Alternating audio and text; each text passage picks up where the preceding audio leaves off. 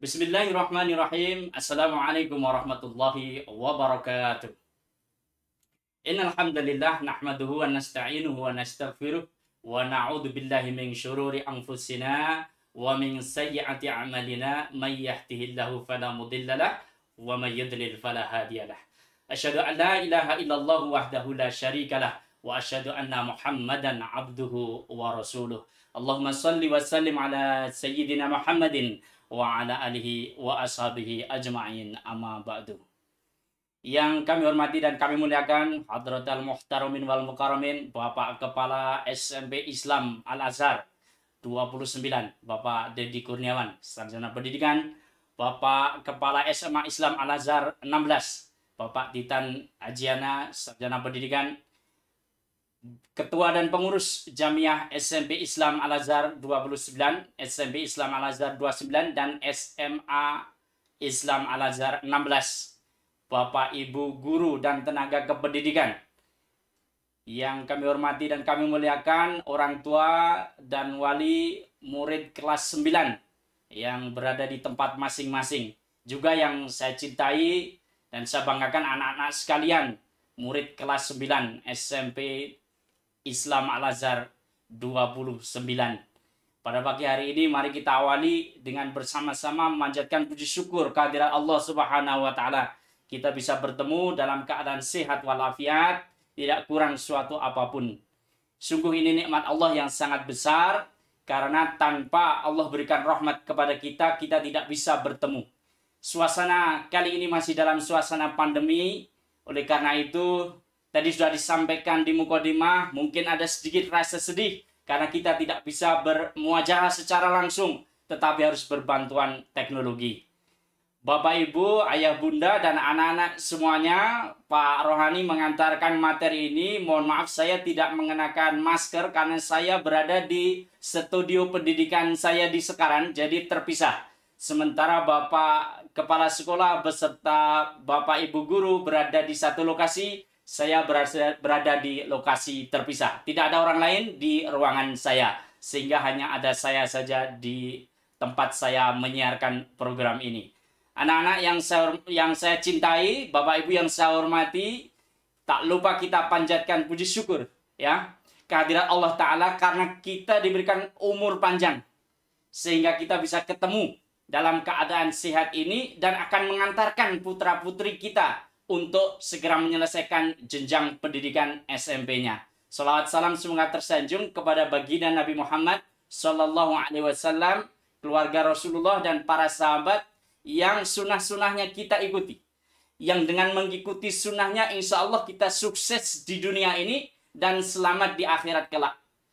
Hadirin rahimakumullah, pada kesempatan ini saya ingin mengajak pada diri saya sendiri dan kepada hadirin hadirat semuanya untuk bersama-sama belajar. Tadi sudah disampaikan bahwa kita pagi ini ingin belajar untuk apa? Untuk bisa jadi great. Ya, great itu artinya jadi luar biasa, hebat, sukses, be a winner, menjadi pemenang. Nah, kenapa kita ini harus sukses dan menjadi pemenang? Karena sejak adanya kita di alam kandungan, bahkan sebelum tercipta di alam kandungan, hingga kita terlahir ini penuh perjuangan. Anak-anakku sekalian, Ayah, Bunda, dan Bapak Ibu Guru, mari kita ingat-ingat ya, meskipun kita tidak punya memori itu, yang bisa menjelaskan adalah sains, bahwa dulu kejadian kita adalah diawali dengan adanya pertemuan sel telur dan sperma. Dari sekian juta sel sperma, hanya satu yang berhasil, yaitu yang kemudian membuai dan menjadi berkembang, menjadi janin, dan akhirnya jadi bayi, dan inilah kita hari ini. Jadi kita semuanya secara sunatullah itu sebenarnya adalah orang-orang yang sudah Allah berikan rahmat yang sangat besar, yakni orang yang sukses. Karena orang yang tidak sukses tidak ada di dunia ini. Yang sudah terlahir di dunia ini, apalagi seperti anak-anakku sekalian yang bisa menempuh pendidikan kelas 7, 8, 9, sudah berhasil dan sebentar lagi akan lulus, ini sudah merupakan bukti kesuksesan anak-anak sekalian. Demikian juga dengan Bapak Ibu Guru semuanya. telah mengantarkan anak-anak dari kelas 7, 8, 9. Sukses, walhamdulillah. Begitu juga dengan ayah bunda. Ayah bunda punya putra-putri. Perlu diketahui tidak semuanya orang yang sudah berkeluarga dikaruniai putra-putri. Ini merupakan rahmat yang sangat besar dari Allah Subhanahu wa Ta'ala. Kita syukuri bahwa ini semuanya ada pada diri kita.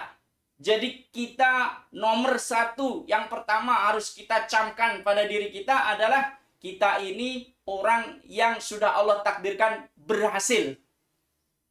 Lalu kemudian mengapa perlu kita belajar? Lalu kemudian mengapa kita perlu memotivasi diri kita? Bahkan kita perlu belajar dari motivator.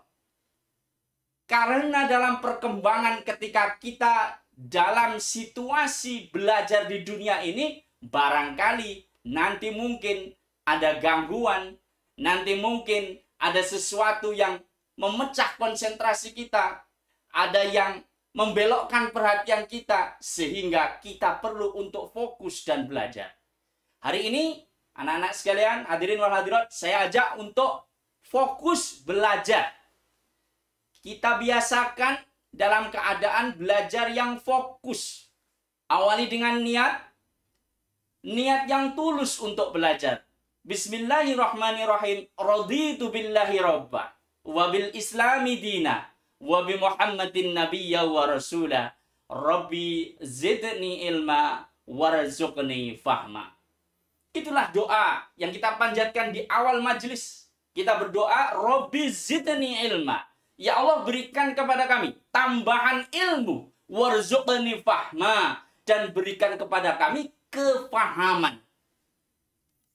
Ilmu dan paham itu adalah bekal yang sangat penting untuk kita, anak-anak sekalian, dan bapak ibu, ayah bunda yang saya hormati. Karena dengan ilmu dan paham ini, kita bisa menjalani hidup dengan sukses berhasil di dunia hatta akhirat. Lalu kita para pembelajar telah berdoa, lalu para pengajar yang mengajar juga berdoa. Saya yakin bapak ibu guru di SMP Islam Al-Azhar 29, di SMA Islam Al-Azhar 16 sudah membiasakan mengawali kegiatan belajar dengan berdoa. Rabbi shrah li sadri wa yassir li amri wahlul 'uqdatam min lisani yafqahu qawli. Rabbi shrah li sadri, ya Allah, lapangkanlah dadaku. Wa yassir li amri, dan mudahkanlah urusanku. Wahlul 'uqdatam min lisani, dan lancarkanlah apa yang aku ucapkan. Yafqahu qawli, sehingga orang yang saya ajar ini paham dengan perkataan saya. Bapak ibu yang dirahmati Allah Subhanahu wa Ta'ala, anak-anak semuanya, ayah bunda, bapak ibu guru, jadi inilah adab mencari ilmu yang sangat mulia yang diajarkan oleh Rasulullah Sallallahu Alaihi Wasallam. Orang yang belajar memohon ilmu dan pemahaman dari Allah, orang yang mengajar memohon agar lapang dada, juga dimudahkan urusannya, juga dipahami. Maka di awal belajar kita bersama-sama ini, saya juga berdoa dengan doa yang sama. Semoga kita semua dapat ilmu, dapat pemahaman, dapat keberkahan dari ilmu ini. Dan saya yang diberikan amanah untuk menyampaikan materi pada pagi hari ini juga diberikan kemudahan. Bapak Ibu hadirin rahimakumullah. Lalu apa yang akan kita pelajari? Tadi sudah disampaikan di mukadimah acara. Yaitu apa? Agar kita sukses. Sukses di mana? Di dalam ujian. Ujian mana? Ujian sekolah. Sekolah yang mana? Sekolahnya SMP Al-Azhar. SMP Islam Al-Azhar 29. Kenapa harus ada acara ini? Spesial. Ujiannya ujian di rumah. Ujian berbantuan teknologi. Belum pernah terjadi sebelumnya. Lalu tidak hanya sukses di ujian sekolah, tetapi kita harus sukses juga dalam kehidupan yang insya Allah kita bermunajat kepada Allah masih panjang. Jadi kehidupan yang masih panjang ini harus kita tempuh dengan ilmu sehingga kita bisa mencapai kesuksesan. Anak-anakku sekalian, ayah bunda, agar bisa mengikuti program ini dengan baik dan lancar, Jika Anda menggunakan laptop, desktop, ataupun dengan mobile phone, bisa set gambarnya di gambar speaker view sehingga bisa melihat layar pembicara secara penuh. Sekali lagi, speaker view. Bapak Ibu yang dirahmati Allah Subhanahu wa taala. Kita semuanya ini akan segera mengantarkan anak-anak kita untuk sampai pada final di SMP. Ya, finalnya adalah ujian. Lalu anak-anak sekalian saya ajak bareng-bareng untuk pagi ini, mari kita luruskan dulu pemahaman kita tentang apa itu ujian. Kalau anak-anak dengar kata ujian, apa yang terlintas di pikiran anak-anak pasti macam-macam. Yang jelas, seandainya tanpa ilmu, kemudian suatu pagi anak-anak hadir di kelas, ujian atau ulangan dijadwalkan hari itu, diumumkan oleh bapak atau ibu guru dengan pengumuman seperti ini. Anak-anak, karena satu dan lain hal, ulangan yang dijadwalkan hari ini tidak jadi. Dibatalkan, dijadwal ulang di hari yang lain. Saya tidak tahu perasaan anak-anak semua, tapi saya duga sebagian besar merasa senang.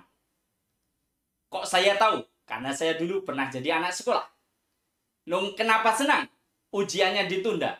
Karena ini adalah sunatullah. Yang namanya ujian selalu ada unsur beban.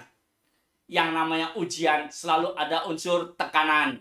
Yang namanya ujian selalu ada unsur tuntutan.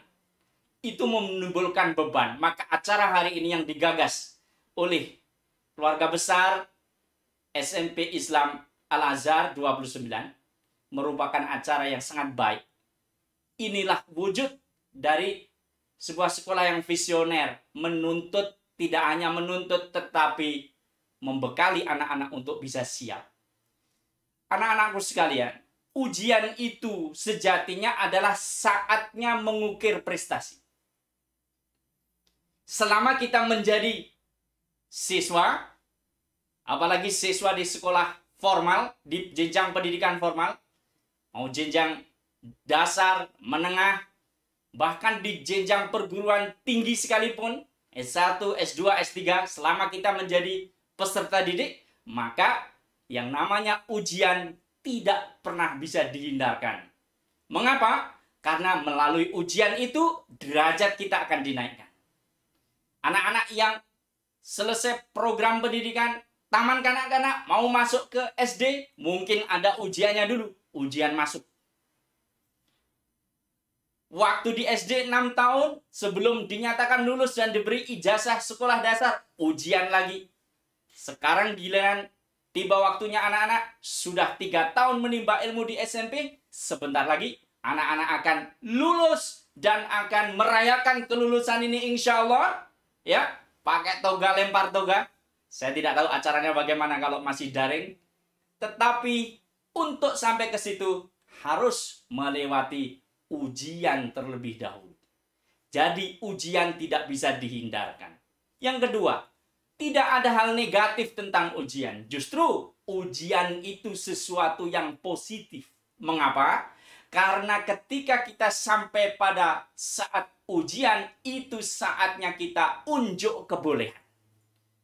Saat ujian itu adalah saat untuk menyampaikan bukti kepada siapa? Satu, kepada Bapak Ibu Guru kita. Bapak Ibu Guru, selama ini kami diajar dengan tekun, dengan penuh kegigihan, maka inilah saat ujian. Saya akan tunjukkan bahwa saya menguasai pelajaran yang selama ini Bapak Ibu ajarkan. Luar biasa, Masya Allah.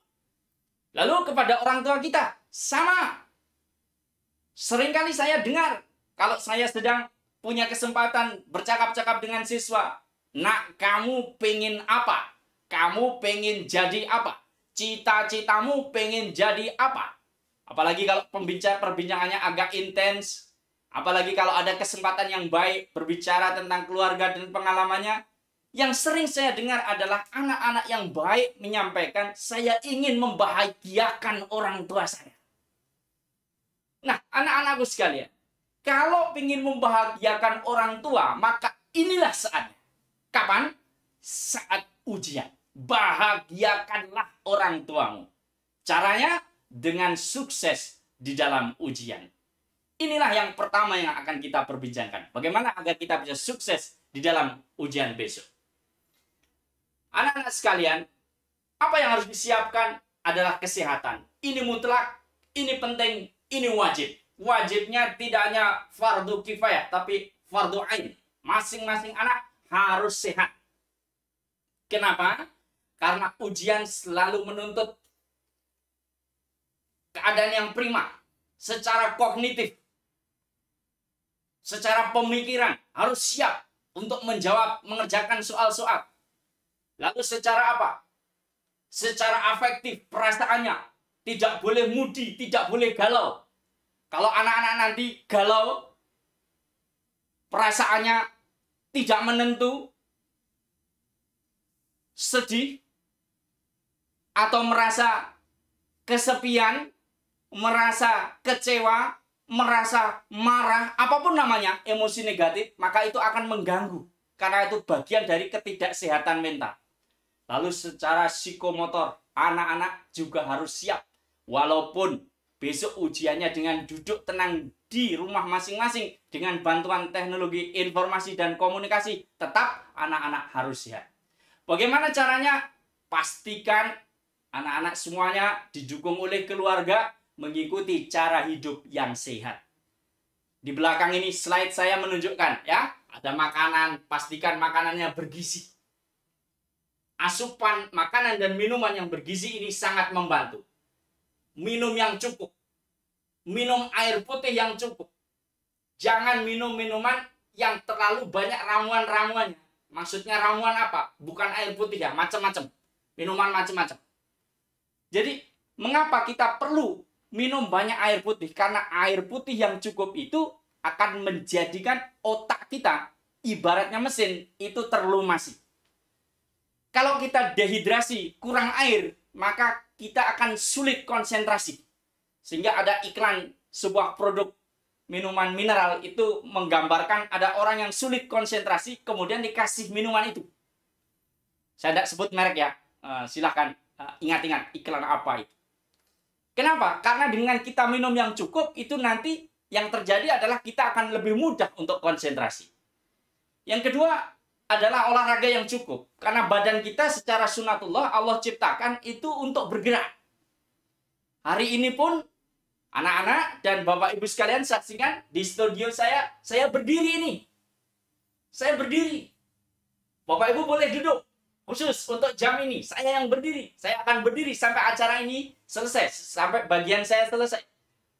Apa pentingnya? Sebenarnya duduk saya juga bisa kok. Ini juga bagian dari ikhtiar agar saya sehat. Saya kadang harus melakukan kegiatan yang memakai telekonferensi ini seharian penuh.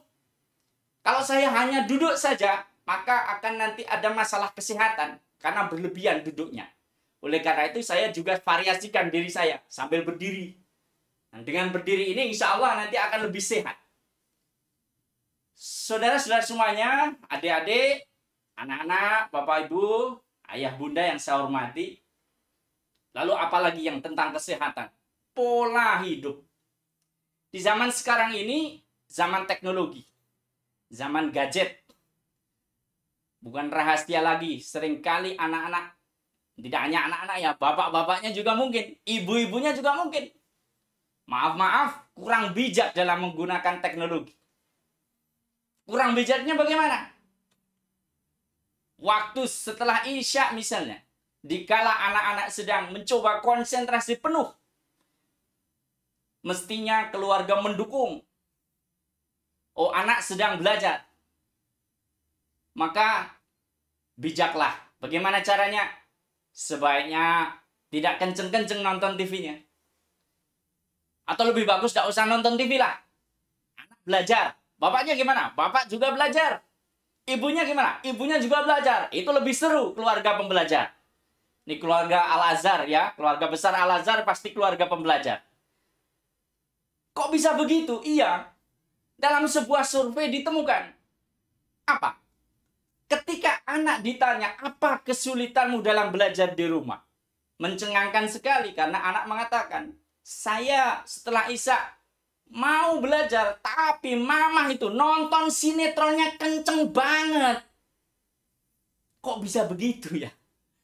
Saya tidak paham tuh. Mungkin mamahnya punya kepentingan yang sangat urgen tentang sinetron itu ya. Mungkin terkait dengan profesinya. Jangan-jangan besok pagi harus menjadi seorang pencerita, harus cari bahan dulu. Wallahu alam, saya tidak tahu. Yang jelas saya sebagai orang tua, saya kendalikan diri saya, keluarga saya. Televisi bukan kiblat atau pusat dari kegiatan keluarga saya. Maka saya mulai dari diri saya sendiri. Habis Isya yang paling bagus bagaimana? Anak belajar, semuanya membantu. Anak perlu konsentrasi, semuanya membantu. Agar kondisi rumah dalam keadaan yang kondusif. Lalu bagaimana tadi dengan teknologi? Masih ada lagi yang tidak bijak? Ada. Apa itu? Menggunakan teknologi sehingga menyita waktu untuk beristirahat. Karena apa? Istirahat itu wajib mutlak. Saya temukan ada siswa yang pagi-pagi kelihatan loyo lesu. Saya tanya, kenapa nampaknya tidak bersemangat? Ngantuk. Kenapa kok ngantuk? Main game. Main gamenya kapan? Habis belajar. Jam berapa? Jam 10. Sampai jam berapa? Jam 3. Jadi menjelang subuh baru tidur. Paginya sama sekali tidak produktif. Ini harus kita koreksi bersama-sama. Harus kita perbaiki bersama-sama. Yang bagus bagaimana manajemen waktu untuk kesehatan itu. Tirulah sunnah Rasulullah Shallallahu Alaihi Wasallam.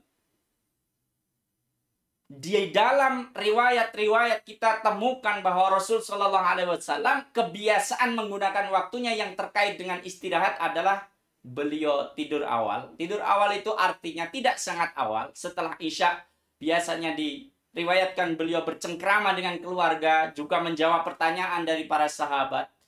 Tidak sampai larut, kemudian beliau pergi untuk tidur. Bangun pagi. Paginya kapan? Sebelum fajar. Jadi bangunnya orang mukmin, orang muslim itu beda dengan bangunnya bukan dengan orang yang tidak mukmin, tidak muslim. Kita gunakan waktu bijak. Bangunnya sebelum subuh. Lalu bagaimana? Sholat malam. Kenapa? Karena kita akan dapat tambahan yang sangat besar. Tambahan apa? Pahala. Lalu setelah itu apa? Ada waktu antara sholat tahajud kita dengan adzan. Apa yang kita lakukan? Belajar.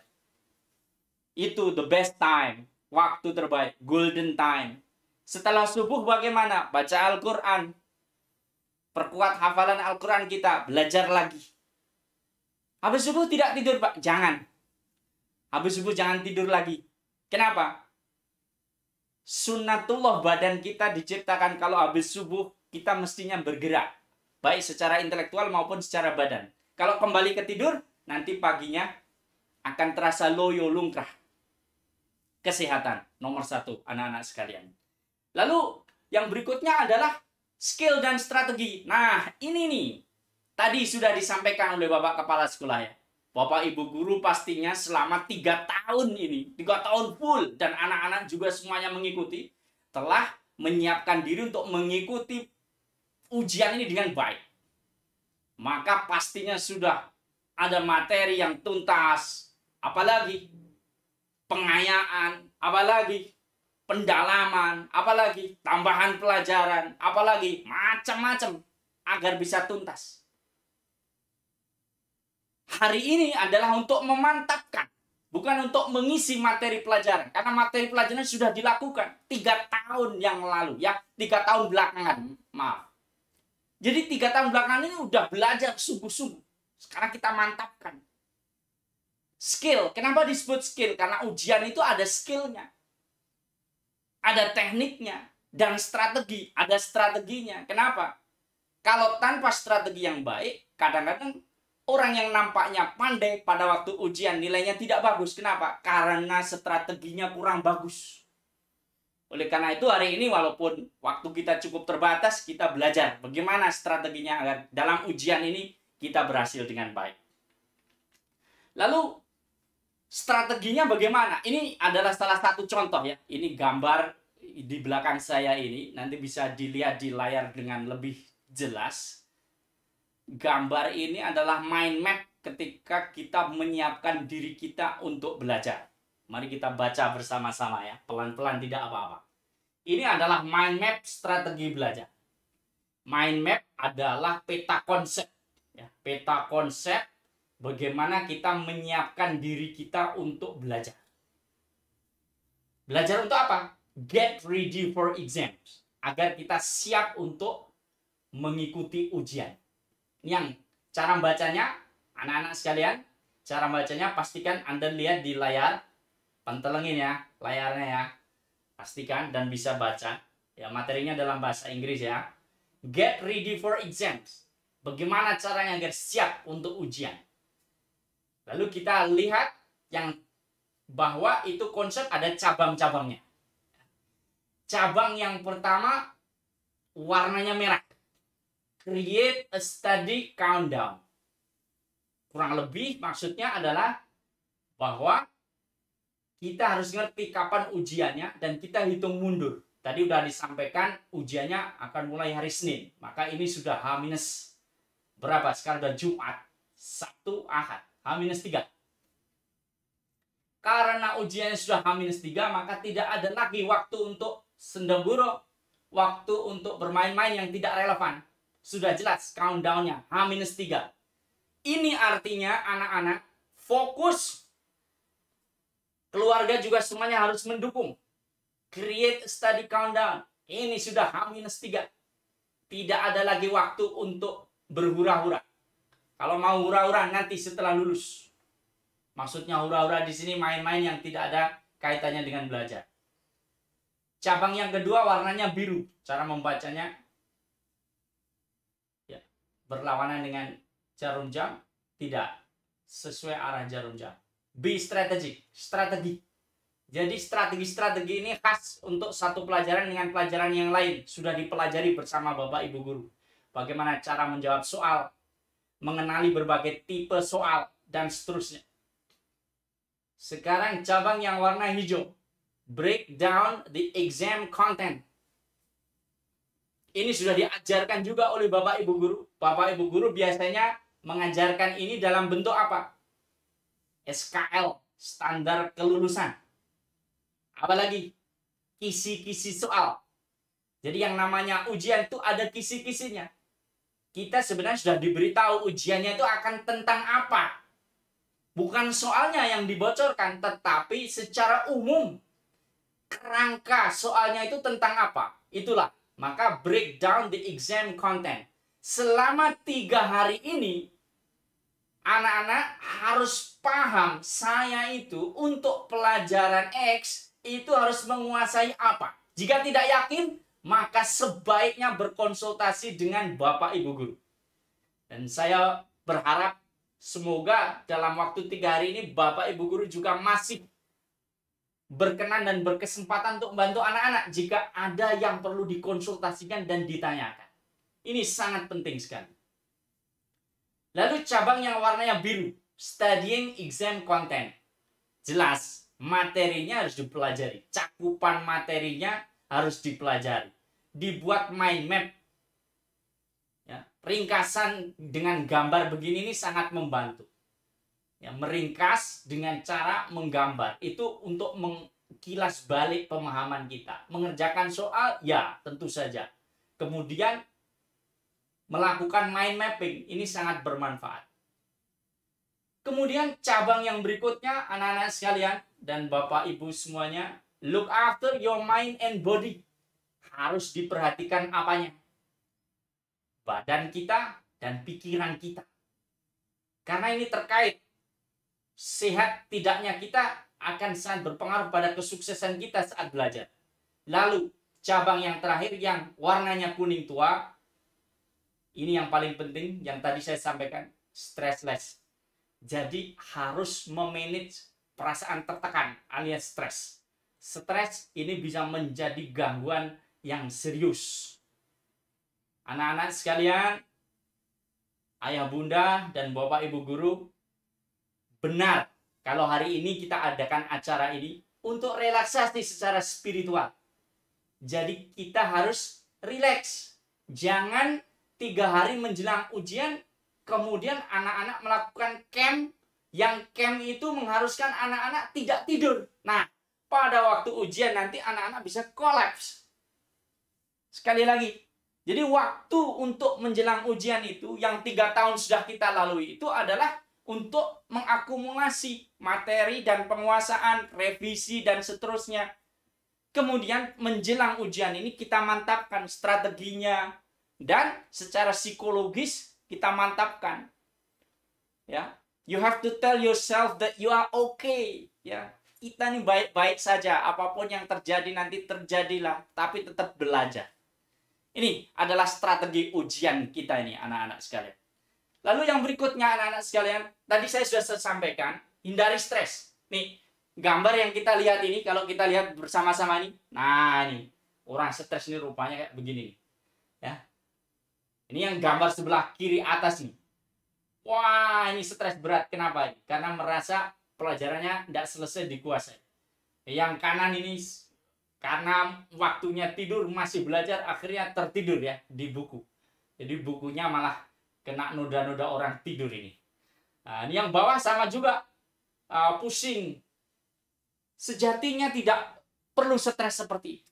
Stres untuk porsi tertentu penting agar kita merasa harus bersegera, agar kita merasa terdorong, agar kita merasa ada namanya sense of crisis. Ya, ada rasa, oh saya mau ujian, itu penting. Tetapi tidak boleh melampaui batas sehingga mengganggu pikiran kita. Maka masalah stres ini harus dikelola. Tidak boleh menguasai pikiran kita. Wah, mau ujian kemudian tidak bisa tidur, itu tanda-tanda stres. Mau ujian malah sulit konsentrasi, itu tanda-tanda stres. Bagaimana cara mengatasinya? Tadi saya sudah sampaikan. Pola hidup yang baik, dan secara spiritual nanti akan kita sampaikan juga bagaimana agar kita lebih tentram. Anak-anak dan Bapak Ibu sekalian, lalu kita menginjak ke hal berikutnya.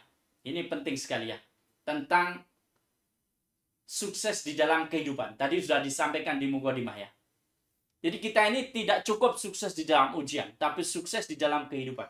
Maka di dalam slide saya itu bisa dibaca, bersiap menyambut masa depan.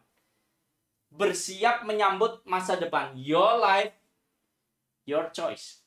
Artinya apa? Kehidupan kita mau seperti apa sangat-sangat tergantung dari pilihan-pilihan kita. Maka kualitas kehidupan kita, kesuksesan atau ketidaksuksesan seseorang itu awalnya adalah dari pilihan. Jika benar pilihannya, maka akan lebih mudah orang untuk berhasil. Jika salah pilihannya, maka lebih sulit untuk berhasil, bahkan mungkin gagal. Ini sangat penting. Maka kita harus juga bersiap menyambut masa depan. Anak-anak, ayah bunda yang saya hormati, tadi saya sangat terkesan ya, di awal acara ini Ananda yang suaranya merdu, Ananda Kori tadi membaca ayat suci Al-Quran ya, di surah Al-Mujadalahnya ayat 11 ya. Kita tadi sudah mendengarkan bersama-sama, juga terjemahnya sudah dibaca. A'udzubillahi minasyaitonirrajim. Yarfa'illahu alladhina amanu minkum walladzina utul ilma darajat. Ini adalah potongan ayat karena ayat 11 ini lebih panjang dari ini ya. Ini adalah bagian dari ayat. Tadi yang versi penuhnya sudah dibaca Ananda Kori di depan tadi ya. Yarfa'illahu alladhina amanu minkum. Allah akan mengangkat atau meninggikan derajat. Yang ditinggikan itu derajat. Siapa? Alladzina amanu minkum, yaitu orang-orang yang beriman. Minkum di antara kamu. Kenapa disebut di antara kamu? Kan ada orang yang tidak beriman. Walladzina utul ilma darajat, dan orang-orang yang diberi ilmu pengetahuan beberapa derajat. Pemahaman tentang ayat ini begini. Jadi anak-anak, ayah bunda semuanya, bapak ibu guru, kita ini berharap derajat kita dinaikkan. Itu dengan cara dua tadi. Ada dua jalur. Dan dua jalur ini merupakan jalur yang harus ditempuh semua. Tidak boleh kurang salah satunya. Satu adalah yarfa'illahu alladziina amanu. Harus iman. Jalan untuk kita dinaikkan derajat kita adalah melalui iman. Tanpa iman, kita tidak bisa dinaikkan derajat kita. Di dunia ini, apalagi di akhirat kelak. Jadi kalau kita berpikir, ayah bunda dan anak-anak sekalian, yang harus kita galokan, kalau mau galau, di dalam hidup di dunia ini. Yang pertama, itu adalah urusan iman. Kita susah-susah sebagai orang tua mendidik anak kita, menyekolahkan. Anak-anak juga susah-susah menjadi siswa, menjadi santri, mencari ilmu.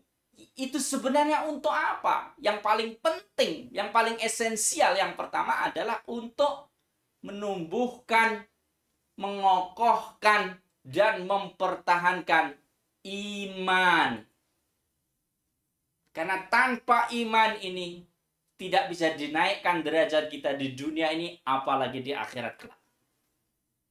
Ya, di dunia ini ada orang yang tidak beriman dan dipandang derajatnya tinggi oleh sesama manusia. Tetapi di mata Allah, dia derajatnya rendah, bahkan disebutkan lebih rendah dari hewan.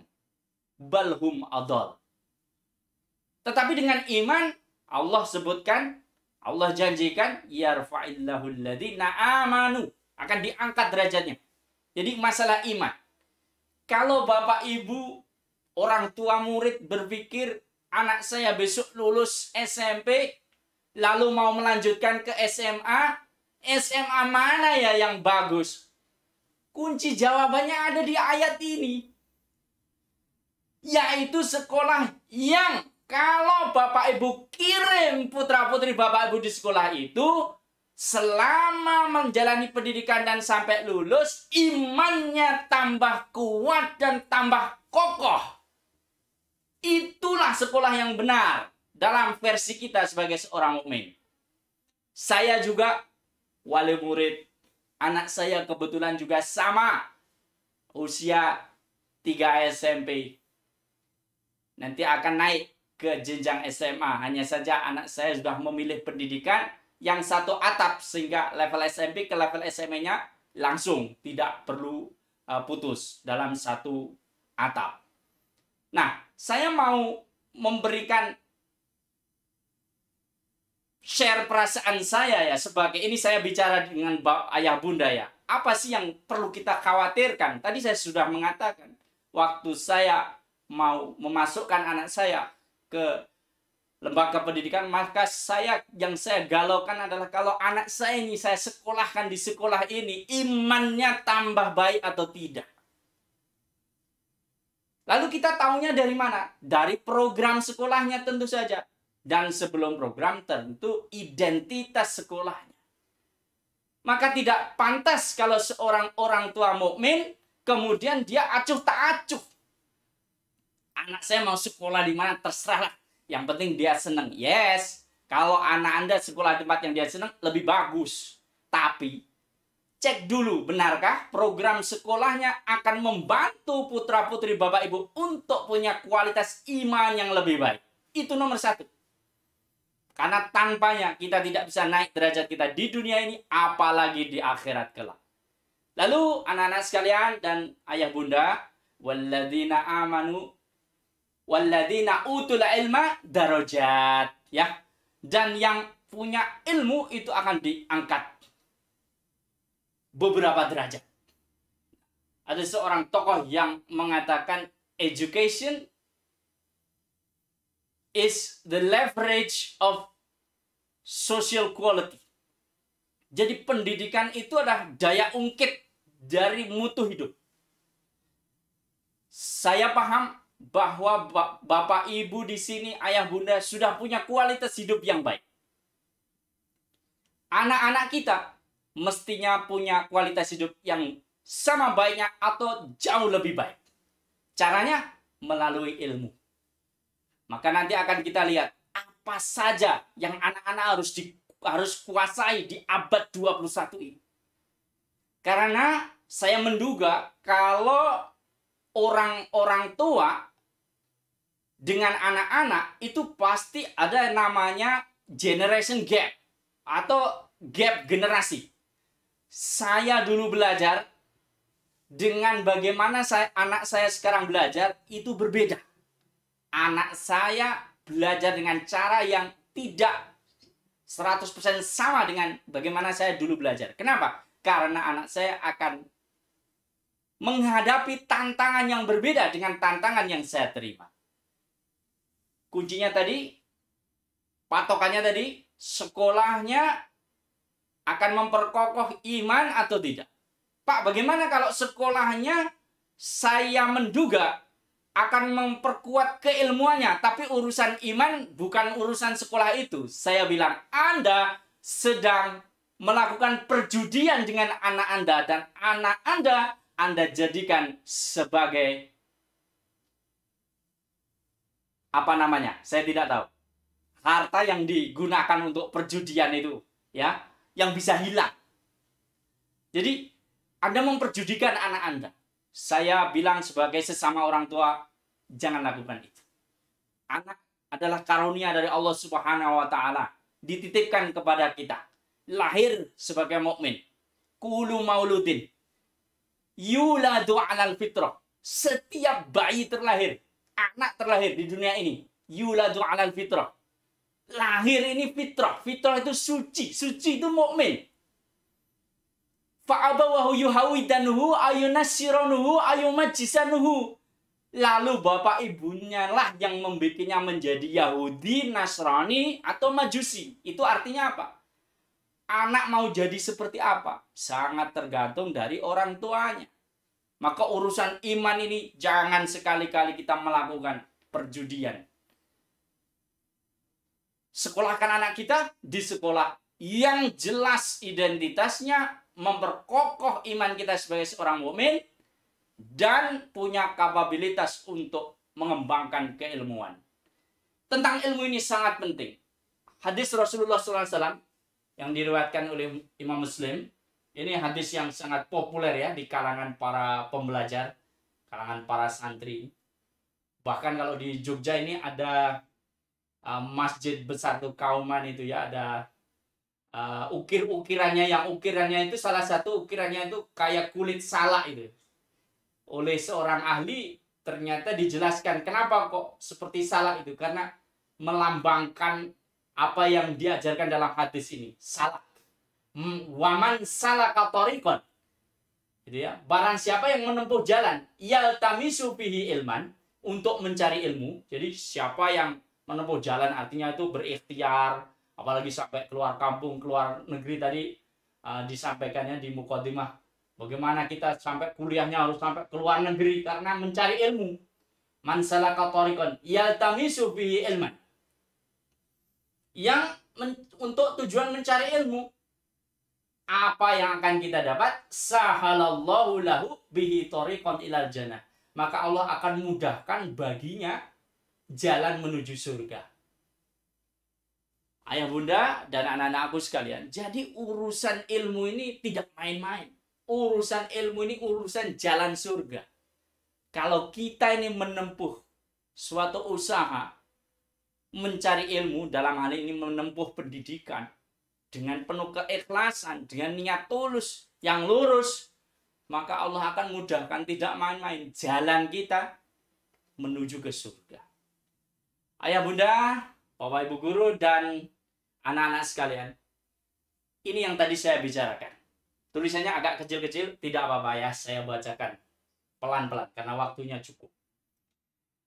Ini namanya the 21st century skills. Ini adalah skill atau keterampilan yang harus dimiliki oleh anak-anak kita di abad 21 ini. Apa saja itu? Ada 3 kategori penting. Namanya foundational literacies, competencies, dan character qualities. Yang pertama adalah foundational literacies. Ini diterjemahkan dalam bahasa Indonesia adalah literasi dasar. Literasi itu kalau zaman dulu, itu terjemahannya adalah kemelekan huruf. Jadi orang bisa baca, tulis, itu namanya literasi. Zaman sekarang ini, orang disebut literate atau literat dalam istilah yang kita pinjam, itu tidak cukup hanya bisa baca tulis saja. Bisa apa? Mari kita lihat. Kita cermati, kita baca ya di layar ya. Yang pertama adalah di literacy. 1, baca tulis. Jelas. Yang kedua numeracy, bisa hitung-hitung. Yang ketiga scientific literacy, ngerti tentang ilmu pengetahuan ya, sains. ICT literacy, yaitu melek tentang teknologi. Nih Bapak Ibu, teman-teman semuanya.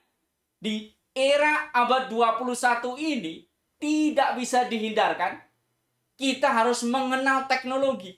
Tidak hanya mengenal, tapi menguasai. Kenapa? Karena teknologi tidak bisa dipisahkan. Bahkan hari ini saja kita bisa bermuajah seperti ini, bisa sama-sama mengikuti program ini dengan bantuan teknologi. Jadi seandainya saya tidak tahu teknologi, Bapak-bapak tidak paham teknologi, kita tidak bisa melakukan acara yang baik ini. Mari kita baca lagi. Tadi ya, ICT, kemudian financial literacy, melek keuangan. Nah, ini mengelola keuangan. Mengelola keuangan ini sangat penting karena di zaman modern ini uang dan perilaku uang sudah beda dengan uang di masa lalu. Yang keenam adalah cultural and civic literacy. Jadi harus paham tentang apa? Budaya dan kenegaraan.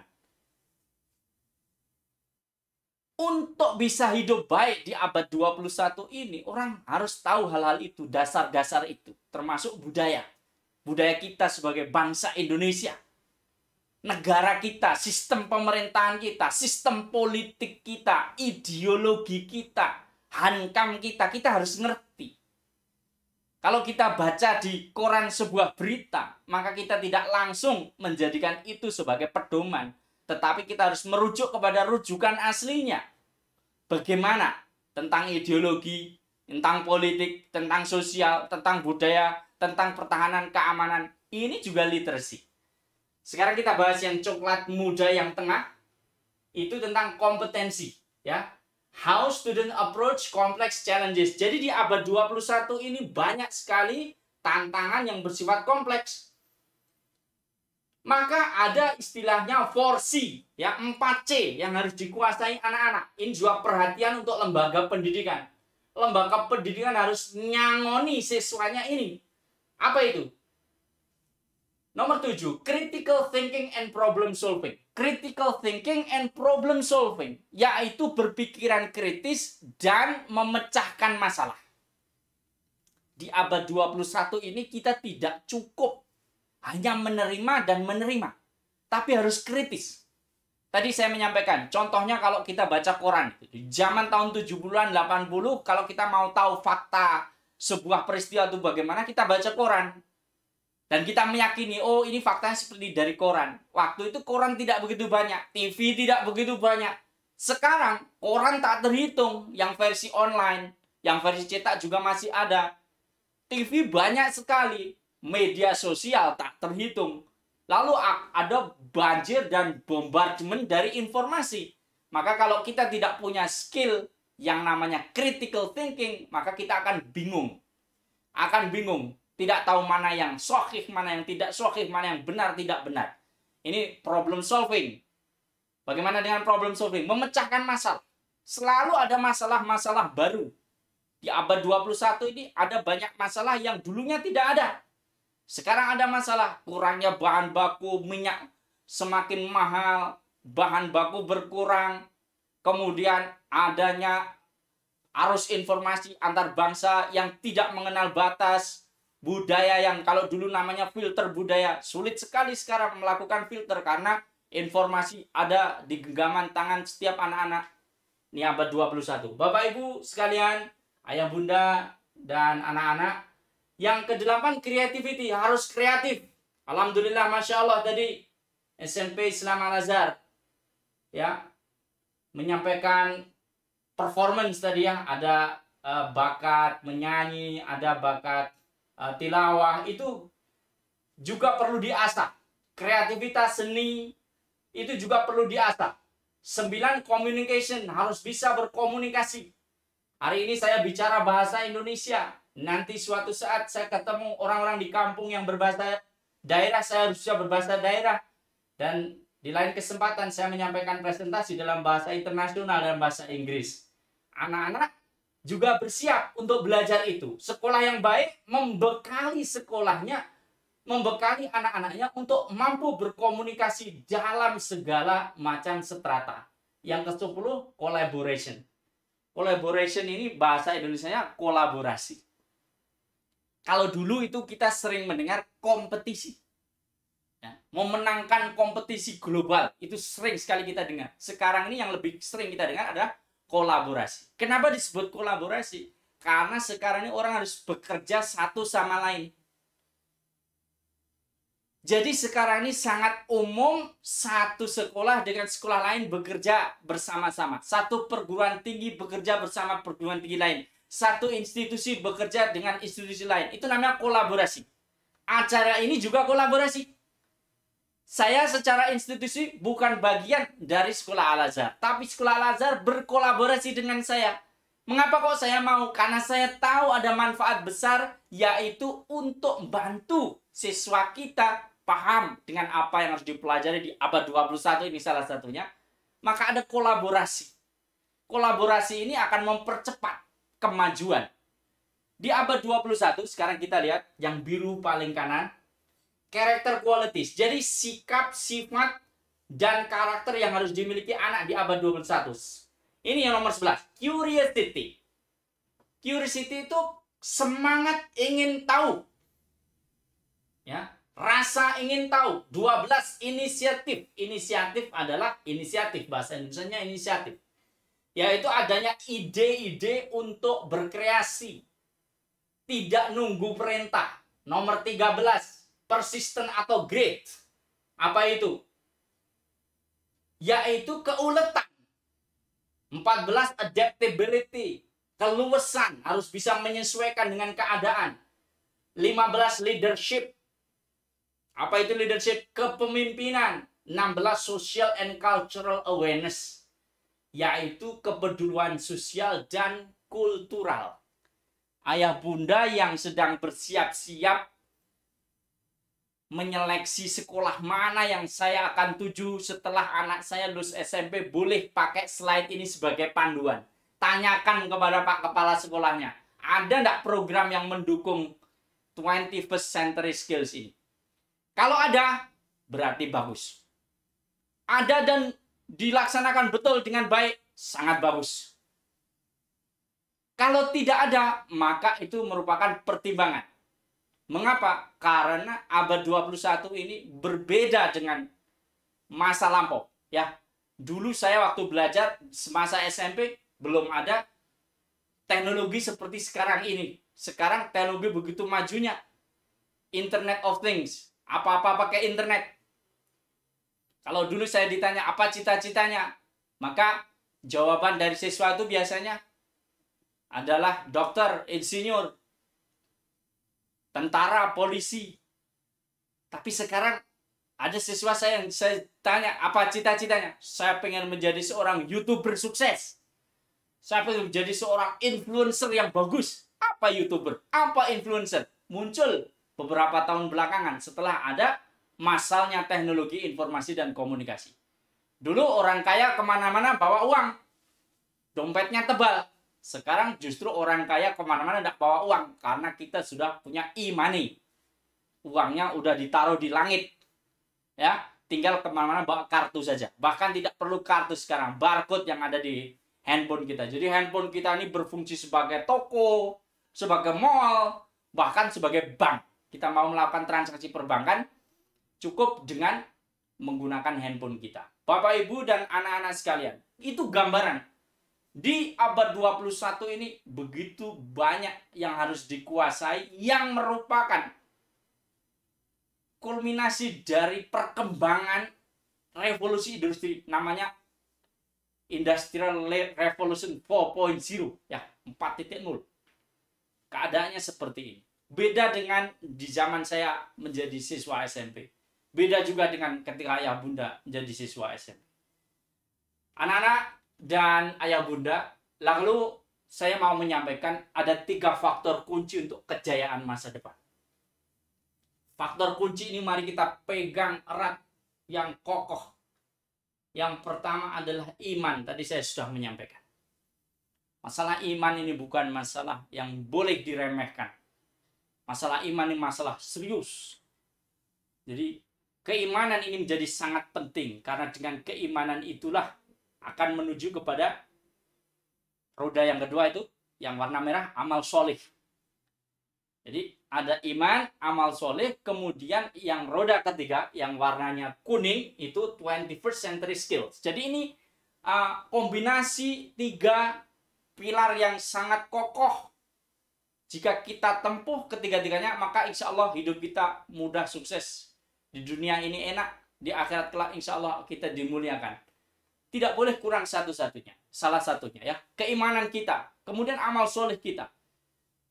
Kenapa harus ada amal soleh? Iya, karena kalau kita hanya bilang skill, maka di dunia ini sudah banyak buktinya gitu ya. Orang yang skillnya tinggi, tetapi tidak ada iman, maka dia bisa berbuat amalan yang sangat jahat. Bahkan anak-anak ya perlu diketahui, dan bapak ibu, ayah bunda, mari kita introspeksi itu ya. Jadi kalau misalnya ada orang, maaf ya, orang ini tidak berpendidikan, tidak punya skill, dan dia jahat, mencuri misalnya. Maka bisa ditebak, yang dicuri itu adalah barang yang nilainya tidak akan besar-besar. Ya, mungkin dia nyuri sebuah barang yang diletakkan tidak pada tempatnya, sepatu sandal atau motor atau apa, paling-paling seperti itu. Tetapi ketika orang punya skill, apa skillnya? Dia seorang programmer, dia seorang banker, dia seorang ahli IT. Tetapi dia tidak punya iman, apa yang terjadi? Dia menjadi penjahat yang kejahatannya, naudzubillah, bisa sangat merugikan. Dia bisa mencuri, tapi yang dicuri tidak sandal, tidak sepatu, tidak motor. Yang dicuri adalah uangnya nasabah. Yang dicuri adalah uangnya orang dalam jumlah banyak, yang namanya cybercrime. Itu contohnya. Jadi, kalau urusan skill itu apakah penting? Sangat penting, tapi bukan satu-satunya. Maka tadi juga disebutkan oleh Bapak Kepala Sekolah, ya, saya sangat mengapresiasi, dan itu bagian dari bidang penelitian saya tentang multiple intelligences. Jadi, kecerdasan majemuk. Jadi kita ini cerdas tidak hanya cukup cerdas akademiknya saja, tetapi harus cerdas sosialnya, tetapi harus cerdas apanya? Spiritualnya.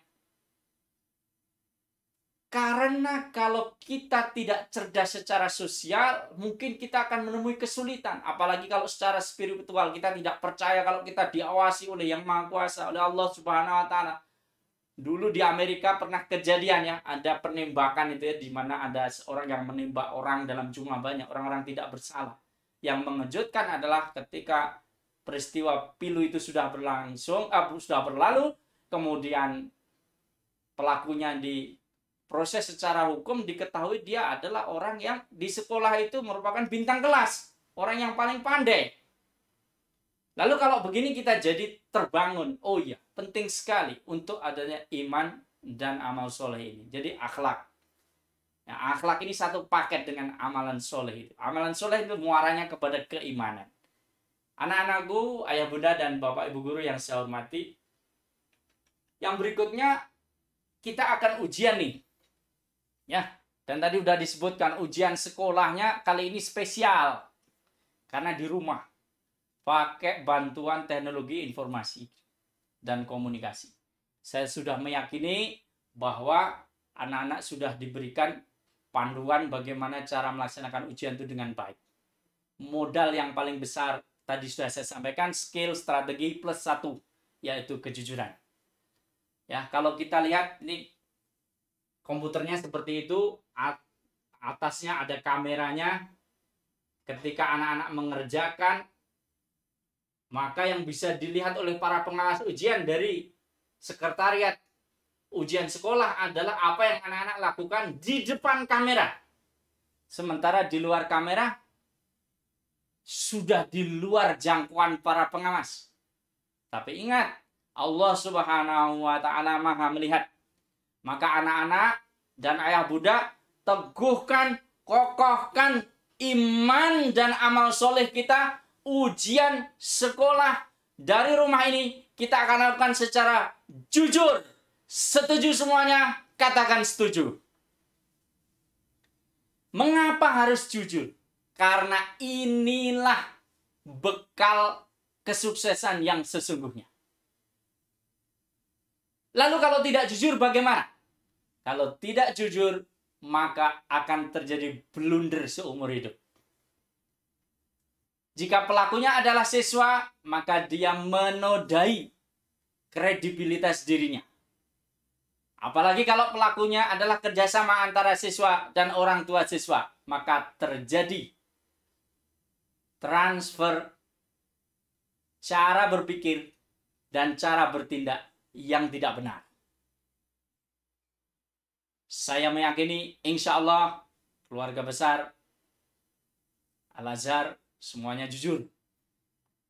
Tapi saya tidak menampik, saya sudah mendengar keluhan. Dari siapa? Dari orang banyak.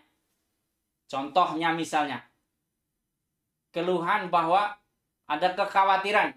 Nanti kalau tidak jujur, maka harus ada usaha bagaimana agar siswa jujur, orang tua jujur. Bagaimana dengan para pendidik? Bagaimana dengan para tentor? Bagaimana dengan para mentor? Sama, dukung siswa kita untuk jujur. Jika Anda adalah seorang tentor, seorang mentor, kemudian dimintai tolong, nanti pas ujian, dampingi anak saya ya, untuk bisa ngerjakan ujian.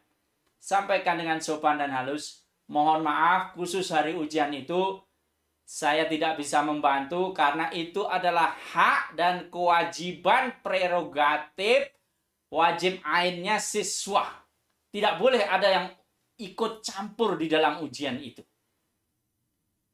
Kalau itu dilakukan, maka semuanya akan baik. Nilai yang terpampang nanti adalah nilai yang sesungguhnya, yang sesuai dengan kenyataannya. Kebalikannya, kalau kita tidak jujur, apalagi ketidakjujuran itu direncanakan, apalagi merupakan usaha bersama antara siswa, orang tua siswa, atau pihak yang lain, momen ketidakjujuran itu akan menghantui seumur hidup. Anak bisa tidak akan percaya diri seumur hidup karena pengalaman negatif tidak jujur itu akan terus membayanginya. Berkah tidak? Tidak barokah. Kenapa? Karena telah dilanggar kejujuran. Padahal agama mengajarkan kita untuk jujur. Lalu kalau tidak jujur, apalagi? Kalau tidak jujur, yang terjadi adalah hancurnya sendi-sendi dari keilmuan dan akhlak yang baik yang sudah dibangun selama 3 tahun ini. Maka sekali lagi, ayah bunda, anak-anak, mantapkan, kuatkan, kokohkan niat, jujur. Jadi lebih baik orang itu nilainya bagus dan jujur daripada nilainya tidak bagus dan tidak jujur. Ya, pilihannya kok begitu Pak? Iya dong. Kan kita udah belajar. 3 tahun ini kita sudah belajar, maka harus jujur. Sehingga kita punya nilai yang bagus. Bapak Ibu dan anak-anak yang dirahmati Allah Subhanahu wa taala, bekal yang sangat penting juga adalah memperbaiki hubungan orang tua dan anak. Tadi disampaikan di mukadimah juga. Apakah kita harus berbakti kepada orang tua? Jawabannya wajib. Ya, Rasulullah SAW beri petunjuk yang jelas. Ridallahu fi ridal walidain. Ridhonya Allah itu ada di ridhonya orang tua. Tergantung ridhonya orang tua. Dan murkanya Allah ada di murkanya orang tua. Ini anak-anak, anak-anakku yang saya banggakan. Kalian para remaja sebentar lagi akan menjadi pemuda-pemudi dewasa. Mari perbaiki hubungan baik kita dengan orang tua kita. Barangkali kita punya salah, barangkali kita punya dosa, barangkali kita bikin kecewa ayah dan bunda. Jangan tunggu lebaran ya. Setelah acara ini, cium tangan, minta maaf, minta ampun. Ayah bunda, berikan keridhaan, dimaafkan putra-putri kita karena mau ujian. Dimaafkan, semoga bisa ujian dengan baik, bisa lulus, dan bisa menempuh pendidikan lanjutan yang lebih baik. perbaiki hubungan. Apa yang harus diperbaiki antara orang tua dan anak selain saling memaafkan adalah komunikasi. Mengapa? Karena di zaman ini seringkali orang lupa berkomunikasi. Ayah sama bunda sibuk bekerja, anak-anak sibuk belajar dan urusannya sendiri, sehingga tidak terjadi komunikasi antara anak dan orang tua yang baik. Apa maunya anak tidak dipahami orang tua, apa maunya orang tua tidak dipahami anak. Akhirnya terjadilah ada anak yang kecewa dengan orang tuanya, ada orang tua yang masgul dengan anaknya. Akhirnya yang mestinya nikmat berupa anak dan orang tua yang bersama-sama menggapai ridho Allah ini berubah menjadi permusuhan. Tidak sekali dua kali, karena saya sudah 23 tahun menjadi guru, menjadi dosen, ya. Saya menjadi dosen sejak 2003, sekarang 2021, berarti sudah 18 tahun. Setiap saya mendapati ada siswa ataupun mahasiswa yang tanda kutip bermasalah di dalam studinya, 99% kalau di-track, kalau dilacak, itu nanti permasalahannya adalah pada hubungan dia dengan orang tuanya. Bahkan saya pernah temukan, karena saya memberikan terapi juga yang bersifat terapi, di kelas saya umumkan, wahai mahasiswa, kalau kalian punya permasalahan, baik itu secara psikologis maupun secara fisik, silakan konsultasi, barangkali saya bisa membantu. Kemudian ada seorang mahasiswi yang sampai kepada saya, dia bilang, Pak, saya punya masalah. Apa masalahmu? Saya migrain. Pusing separuh. Saya tanya, migrennya sejak kapan? Lama sekali, Pak. Lama sekali. Oke, kita terapi ya. Migrennya ini kenapa? Melalui jalur terapi yang saya terapkan itu, kemudian kita bongkar kisah hidupnya. Ternyata diketahui dia mulai migren itu sejak masuk SMP. Ceritanya dia mau ke SMP X, orang tuanya pengennya ke SMP Y, tidak terjadi komunikasi yang baik, dia merasa terpaksa. Sehingga ketika sekolahnya dijalani terpaksa dan selalu terngiang-ngiang rasa ketidakenakan dia pada orang tua ini. Apa yang terhantam? Yang terhantam adalah organ dalamnya, sehingga jadi migren. Dengan izin Allah kita terapi, saya minta untuk dimaafkan orang tuanya dan kamu minta maaf. Setelah lega, dengan izin Allah sembuh migrennya. Bapak Ibu yang saya hormati, ayah bunda, dan juga anak-anakku yang saya banggakan. Perbaiki hubungan dengan orang tua Anda masing-masing. Saat ini kita juga sudah senang sekali ya, karena terhubung dengan orang tua yang mengikuti acara ini, baik itu di rumah masing-masing, bahkan mungkin ada yang di tempat kerja ya, yang sedang mengikuti acara ini. Kalau memungkinkan saya boleh menyapa ya salah satu mungkin dari orang tua siswa untuk ya sedikit berbagi cerita ya, bagaimana apa yang sudah dilakukan dan rencananya. Saya tadi diberikan daftar siswa. Boleh ya saya agak random ya. Ada siswa kita namanya Nasri Nya Ali, nomor 18 ya. Saya coba cek, panitia boleh dibantu jika memungkinkan. Adakah wali murid dari Ananda Nasri Nya Ali? Adakah hadir? Kalau hadir bisa di spotlight sehingga saya bisa mendapatkan gambarnya dan bisa tampil di layar berdua. Boleh? Bisa dibantu panitia jika memungkinkan.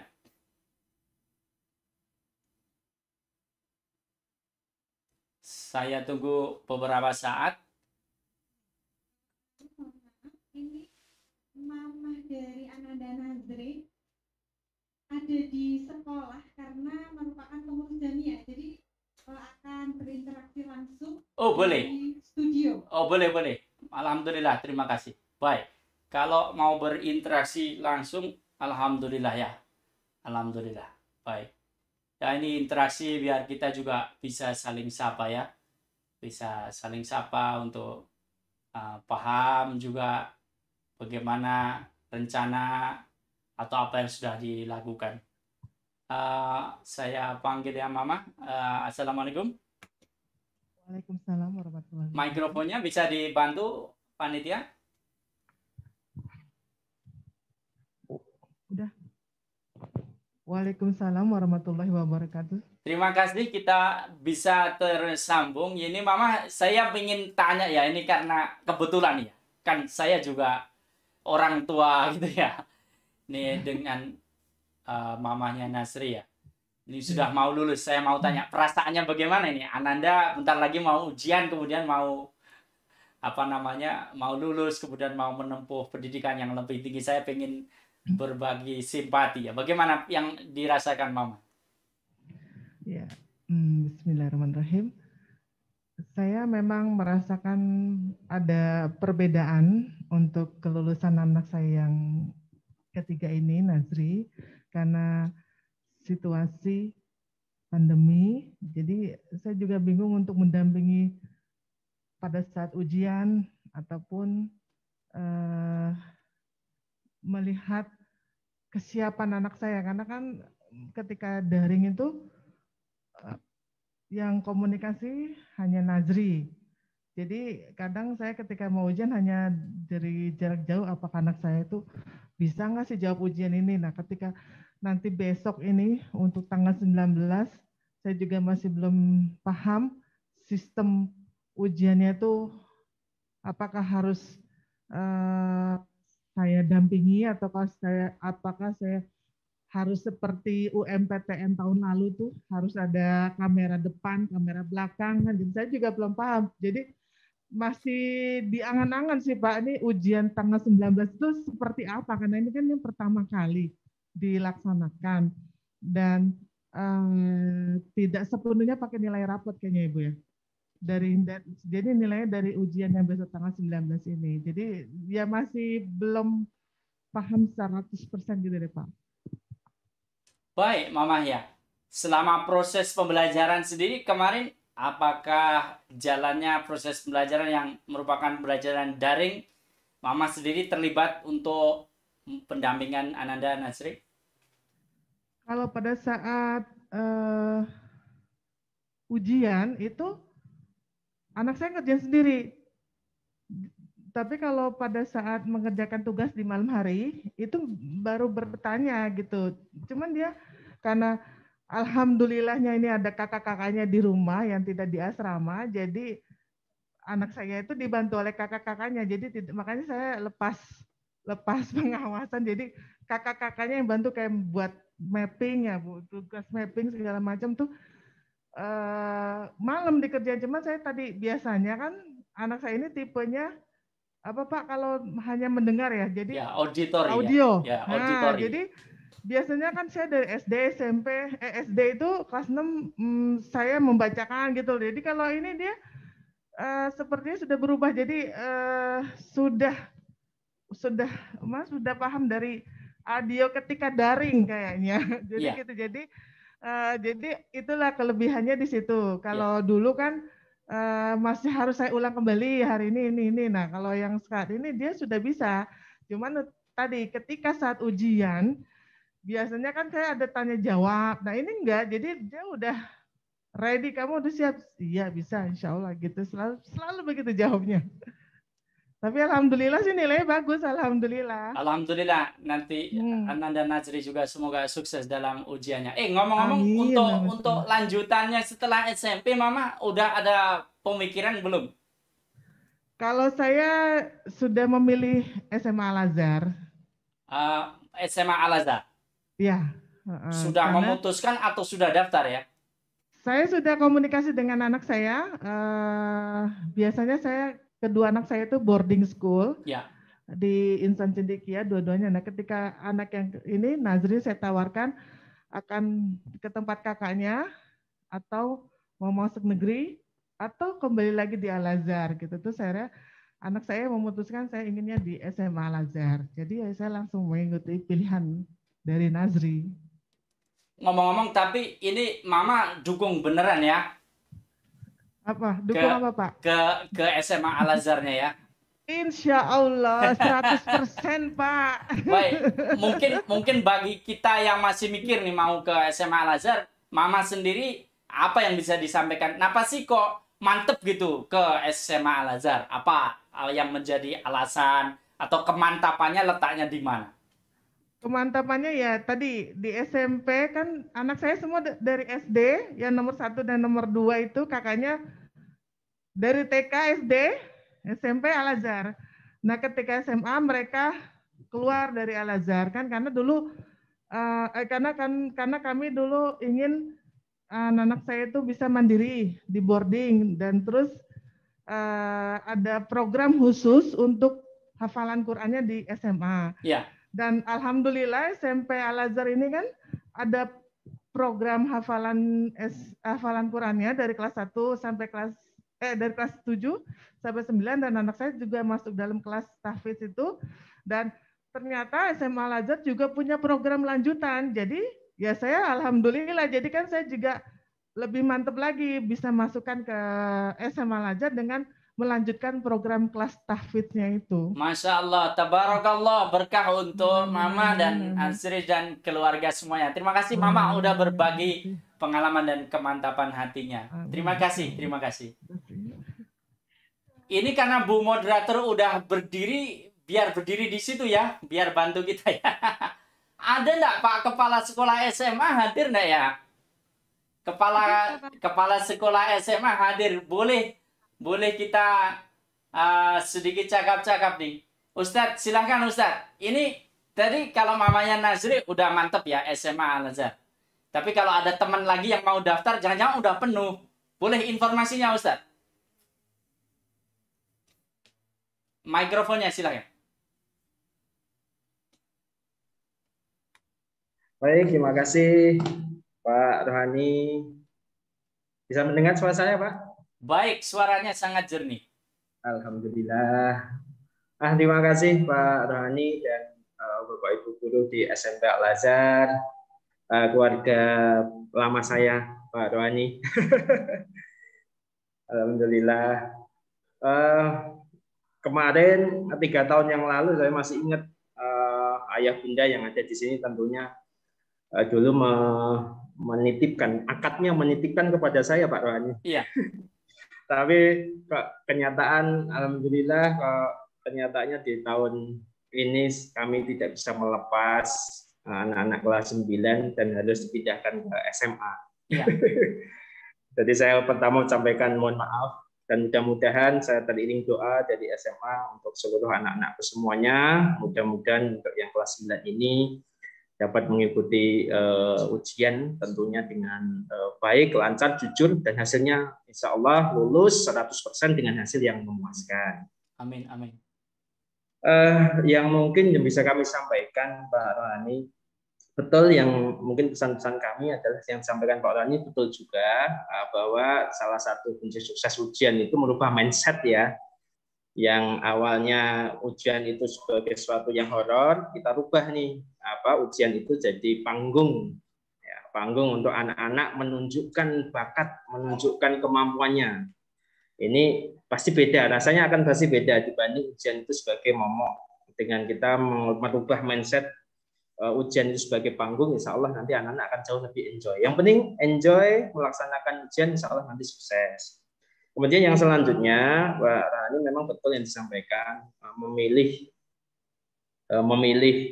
sekolah lanjutan di tingkat SMA tentunya harus seperti tadi dikatakan ya, jangan berjudi ya.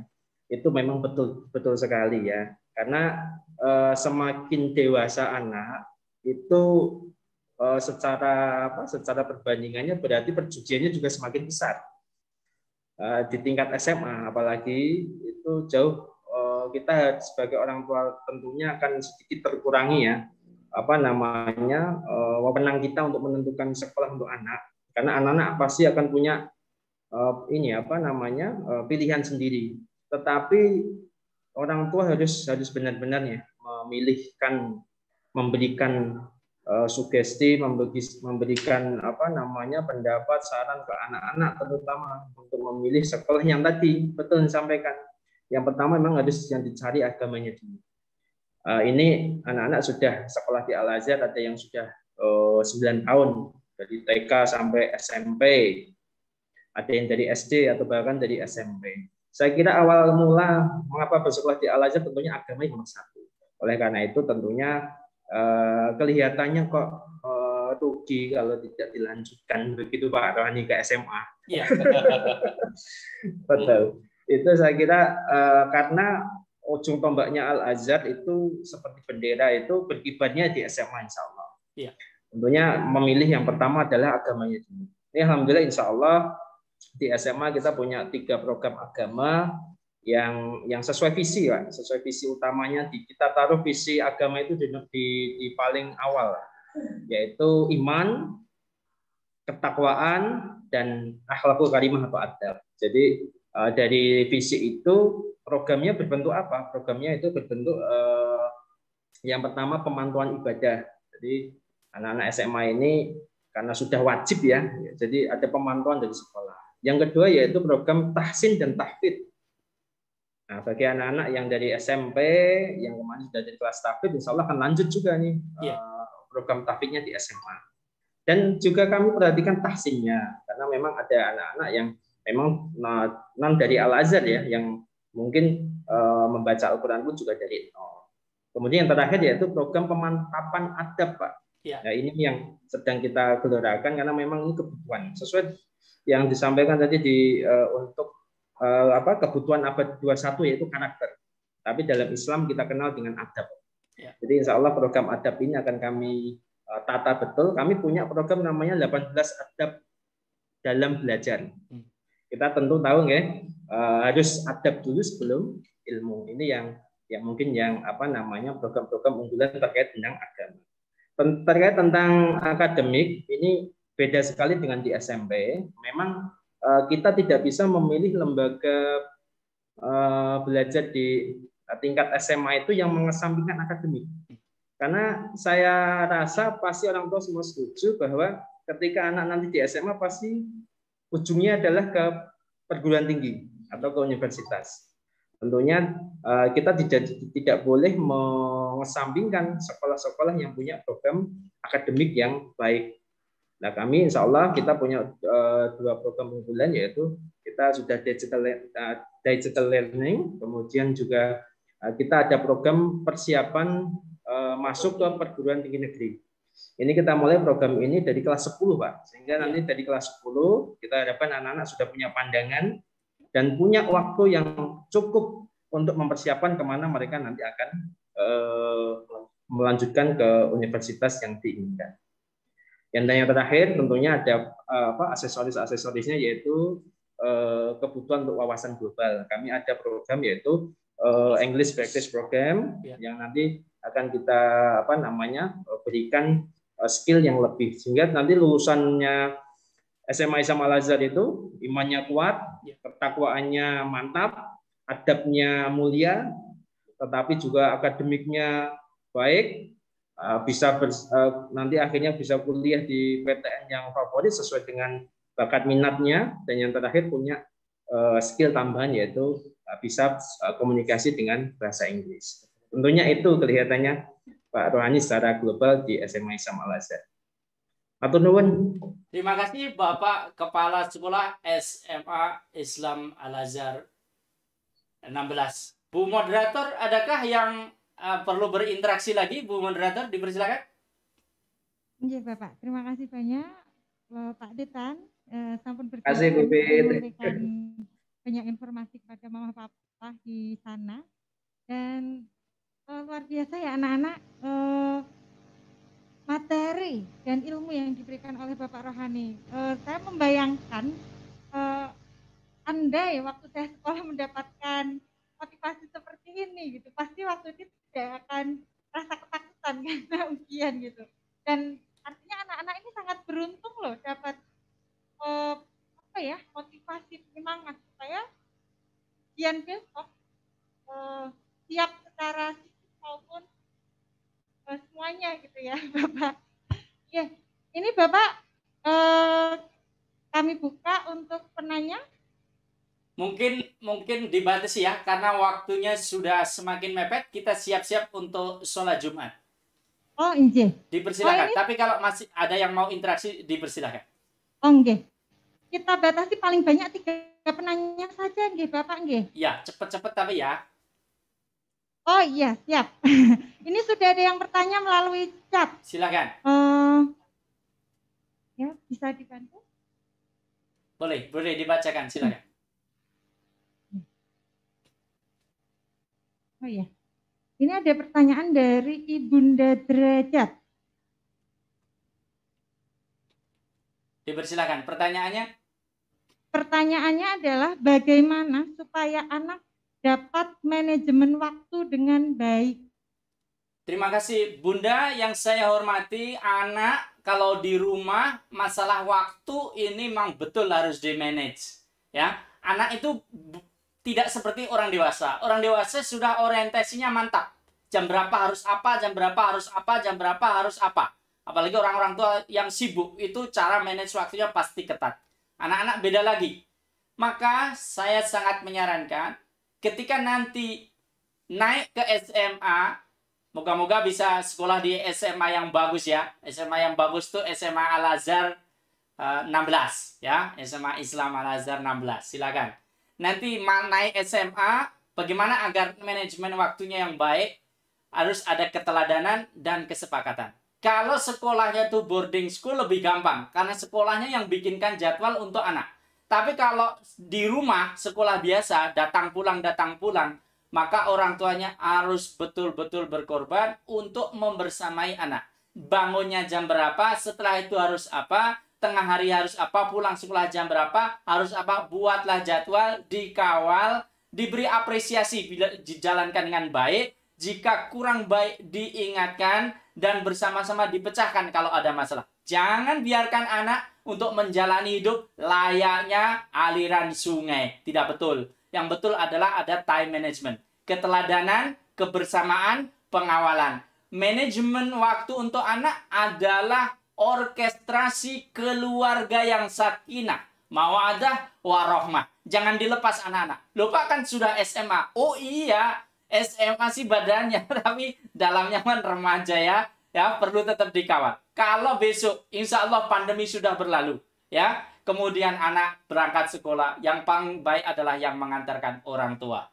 Kalau bisa jemput orang tuanya, lebih bagus lagi. Belajar bersama orang tua, lebih baik. Kalau putranya main sepak bola, orang tua bisa nganter, bisa nonton, bisa kasih support, lebih bagus lagi. Yang jelas, manajemen waktu anak Bunda adalah manajemen bersama di keluarga tersebut. Saya juga orang tua, anak saya kalau waktunya adzan di masjid dekat rumah, saya ajak untuk sholat bersama. Setelah itu ngaji, habis maghrib bersama. Setelah isya baca buku bersama. Tidak saya lepas. Kenapa? Karena itulah esensi dan nikmat dari menjadi orang tua. Begitu Bunda, mudah-mudahan sukses selalu Bunda. Terima kasih. Terima kasih Bapak. Ini Dilanjut. ada tambahan. Nun Sewu, ini ada tambahan pertanyaan dari Mama Derajat lagi. Dipersilakan. Bagaimana anak kami dengan sistem daring ini tidak bosan dan moodnya bisa baik terus gitu? Kalau daringnya dari jam 7 pagi hingga 7 malam dilanjutkan 7 malam 9, 10, 11, siapapun orangnya akan bosan. Jadi keluarga adalah support, maka sesibuk apapun variasikan. Di depan komputer duduk diam adalah bukan desain dari badan kita. Badan kita didesain untuk bergerak. Oleh karena itu variasikan gerakan. Apa itu? Olahraga bersama, rekreasi, tetap jaga protokol kesehatan selama musim pandemi. Itulah jawabannya. Yang kadang-kadang kita terlena adalah anaknya daring, orang tuanya daring, ya. Kemudian setelah daring nge-game, orang tuanya sinetron, terus-terusan. Akhirnya monoton. Kalau monoton, bosan. Kalau bosan, motivasi belajarnya menurun. Kalau motivasi belajarnya menurun, nanti tidak bisa mencapai kesuksesan yang baik. Oleh karena itu, jangan dipikir kecil, bersepeda bersama, atau sekedar lempar-lempar bola, tendang-tendang bola sama anak. Itulah esensi dari kebahagiaan dalam berkeluarga. Oleh karena itu, luangkan waktu ya. Mama saya kira sama juga dengan papa, mama yang lain sibuk dengan profesi kita ya. Tetapi anak kita itu titipan dari Allah Subhanahu wa taala. ya, kita asuh. Jangan dititipkan sama TV dan diasuh oleh TV. Ya, orang tuanya adalah kita, bukan TV. Ya, kita luangkan waktu, insya Allah. Wah, nanti kalau saya ribut sama anak, kalau saya menghabiskan anak, penghasilan saya kurang, saya jadi kurang profesional. Baiklah, semua itu kembali kepada diri kita. Kalau anak kita terurus, lalu anak kita soleh, soleha, bisa mendoakan kita, bisa berbakti kepada kita, lalu mau dinilai dengan nilai berapa? Tak ternilai. Begitu, ya, Mama Derajat dan Bu Moderator. Saya kembalikan, silakan. Ada lagi? Ya, terima kasih Bapak. Mama, sampun jelas Mama, sudah jelas jelasan dari Bapak Rohani. Ya, nggih? Ya. Satu pertanyaan terakhir jika masih ada. Oke, satu terakhir ya, karena sebentar lagi masjidnya akan buka. Oh, Ya, yuk, silakan. ada, jika tidak ada berarti ditutup. Iya, oke. Ada lagi? Tidak ada. Cukup? Kalau tidak ada pertanyaan dari orang tua, bolehkah saya bertanya ini, Bapak? Boleh, dipersilakan. Oke. Ya, Bapak, ini kan sudah beberapa tahun saya mendampingi anak-anak yang mau lulus dari SMP juga nih. Iya. Nah, yang sering terjadi adalah anak-anak itu dalam memilih sekolah, mungkin ada yang sudah berpikir dewasa ya, bahwa sekolah SMA itu akan menentukan kemana gitu masa depan gitu. Iya. Tetapi masih banyak anak yang kalau mau sekolah itu satu gengsi dulu. Iya. Nggak mau sekolah di sana karena kurang hits mungkin. Iya. Atau nggak mau sekolah di sana karena gimana? Dan masih sering ikut-ikutan teman. Iya. Nah, bagaimana cara memahamkan anak bahwa memilih sekolah itu tidak sebercanda itu gitu? Saya mau Gitu. tanya sama Bu Moderator ya. Saya mau tanya tapi jawabnya jujur ya. Ya. Jawabnya jujur ya. SMA Islam Al Azhar Insya Allah. SMA Islam Al Azhar 16 hits apa enggak? Hits Bapak. Keren apa enggak? Tetapi bagi anak-anak, bagaimana Bapak? Keren apa enggak? Keren banget pasti Pak. Baik, masih ada Sangat keberatan keren. lagi. Apa Apalagi keberatannya? kalau ya bukan, maksudnya begini. Saya kan mendampingi anak-anak gitu. Ya. Bagaimana memahamkan anak supaya memilih sekolah itu serius gitu, tidak ikut-ikutan teman atau tidak hanya memilih yang hits atau bagaimana? Itu gitu. yang bisa jawab Pak Kepala Sekolah itu. SMA Islam Al Azhar 16 harus mengadakan open day. Open day itu Pak Kepala Sekolah duduk, boleh ditemui siapapun, boleh tanya apapun, jawabnya jujur berdasarkan data. Setelah itu ambil keputusan, tidak maksa. Pak Kepala Sekolah siap nggak untuk open day? Ya, mikrofonnya Pak Kepala Sekolah, kita pengen dengar. Siap nggak open day? 24 jam, Pak. Nih, Wah, siap. kalau 24 jam ya jangan dong Pak Kepala Sekolah, ini apa sarinya jam berapa ya? Jam kerja ya? Ya, insya Allah. Jam kerja, open day. Jadi open day itu ide kalau di luar negeri sana itu udah sangat umum ya. Jadi open day itu orang diberi kesempatan untuk berkomunikasi sehingga bisa memutuskan. Ibu moderator tadi, anak-anak gimana, masih ragu atau ikut-ikutan? Oh, jangan ragu, jangan ikut-ikutan. Ngomong langsung sama Pak Kepala Sekolahnya. Kalau Pak Kepala Sekolah misalnya cerita, oh alumni sini tuh, loh keren-keren. Tanya aja, alumni siapa? Nomor teleponnya ada enggak? Ditelepon atau ditemui di rumahnya. Bener enggak sekolahnya bagus? Dan seterusnya, dan seterusnya. Gitu ya, Bu Moderator ya. Iya Bapak. Matur Terima nuwun. kasih banyak. Dan saya tutup, anak-anak sekalian, ayah bunda, semua ini adalah ikhtiar. Ikhtiar itu adalah usaha nyata. Dan mari ikhtiar ini kita juga barengi dengan doa yang terbaik. Karena Allah Subhanahu wa Ta'ala yang akan menentukan dan memperjalankan kita kepada kesuksesan dan keberhasilan. Saya sampaikan kepada anak-anakku yang saya banggakan, anak-anak kelas 9 SMP Islam Al Azhar 29, selamat menempuh ujian nak, sukses untuk kalian semuanya. Ayah bunda, doakan putra putri, dukung agar ujian secara jujur dengan baik dan bisa melanjutkan ke sekolah yang lebih bagus. Bapak Ibu guru, moga-moga Allah berikan pahala jariah ilmu Amin. yang mengalir sampai kapanpun karena keikhlasan Bapak Ibu mendidik. Dan akhirnya saya Rohani yang membersamai Bapak Ibu pada pagi hari ini dan anak-anak sekalian pamit undur diri, dan teman-teman semuanya kerabat kerja yang bertugas. Assalamualaikum warahmatullahi wabarakatuh. Waalaikumsalam warahmatullahi wabarakatuh. Berikan tepuk tangan yang meriah untuk Bapak Rohani. Ya, terima kasih banyak Bapak karena sudah mau meluangkan waktu untuk membagikan ilmunya ke kami ya, meskipun sayang sekali ini waktunya sangat terburu-buru ya. Kami masih ingin berkomunikasi banyak sebenarnya ya, nggak apa-apa. Insya Allah lain waktu